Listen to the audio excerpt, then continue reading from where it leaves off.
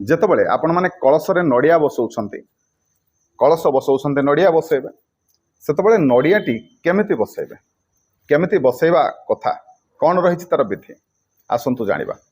ଦେଖନ୍ତୁ, କଳସରେ ଯେତେବେଳେ ଆମେ ନଡ଼ିଆ ବସାଇବା ସେତେବେଳେ ପ୍ରାୟ ଲୋକ ବହୁତ ଭୁଲ କରନ୍ତି। କ'ଣ ଭୁଲ କରନ୍ତି ନା ନଡ଼ିଆକୁ ଏମିତି ତଳମୁଖ କରିକି ରଖିଦିଅନ୍ତି, ଏମିତି ଭାବରେ ରଖନ୍ତି ନଡ଼ିଆକୁ।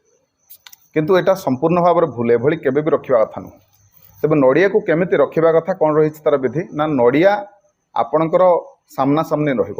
କଳସରେ ଯେଉଁ ନଡ଼ିଆଟି ଦିଆଯିବ ଏବଂ ଆପଣ ତ ପୂର୍ବମୁଖା ହେଇକି ବସିବେ ନା, ଠାକୁରଙ୍କ ଆଡ଼କୁ ଅନେଇକି ବସିବେ, କଳସ ଆଡ଼କୁ ଅନେଇକି ବସିବେ। କଳସର ନଡ଼ିଆ ଏବଂ ଆପଣଙ୍କର ମୁହଁ ସାମ୍ନା ସାମ୍ନି ହେବ। ତେବେ କେମିତି ହେବ ନା ଦେଖନ୍ତୁ, ଏଇଟା ହେଉଛି ତା ଲାଞ୍ଜ ପଟ, ଦେଖନ୍ତୁ ତା ଲାଞ୍ଜ ପଟ, ଏଇଟା ହେଉଛି ତା ମୁହଁ ପଟ, ଏଇଟା ଏମିତି ରହିବ। ଯଦି କଳସ ବସାଉଛନ୍ତି ସାମ୍ନା ସାମ୍ନି ରହିଲା,